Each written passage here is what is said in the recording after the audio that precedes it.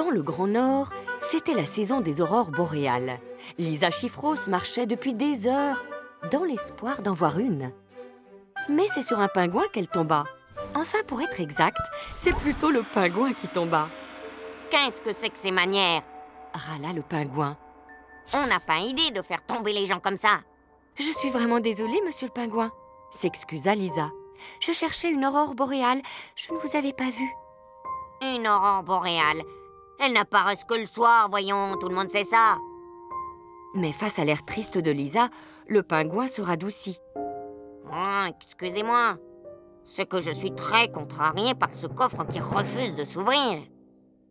Je peux peut-être vous aider. Le pingouin avait essayé toutes les combinaisons, mais le coffre était resté désespérément fermé. Et s'il fallait lire la combinaison? Mais oui, c'est ça.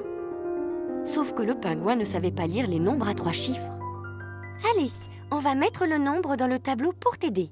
On a la colonne des unités, puis celle des dizaines, et enfin celle des centaines. On place un chiffre par colonne en partant de la droite. Par exemple, si on place le 5 dans la colonne des unités, le 3 dans la colonne des dizaines, et le 2 dans la colonne des centaines, on lit 235. Ce n'était pas la bonne combinaison. Lisa invita alors le pingouin à en essayer une autre.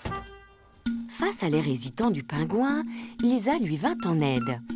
5 centaines, ou si on préfère 5 fois 100, ce sont 500 unités. 2 dizaines, c'est-à-dire 2 fois 10, ça fait 20 unités. Et il reste 3 unités. Et ça se lit donc 523. Le pingouin était tellement heureux qu'on ne l'arrêtait plus. 325. 253.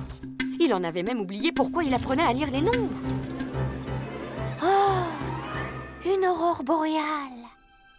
Et c'est ainsi, sur la banquise, que Lisa vit sa première aurore boréale et qu'un pingouin apprit à lire les nombres à 3 chiffres.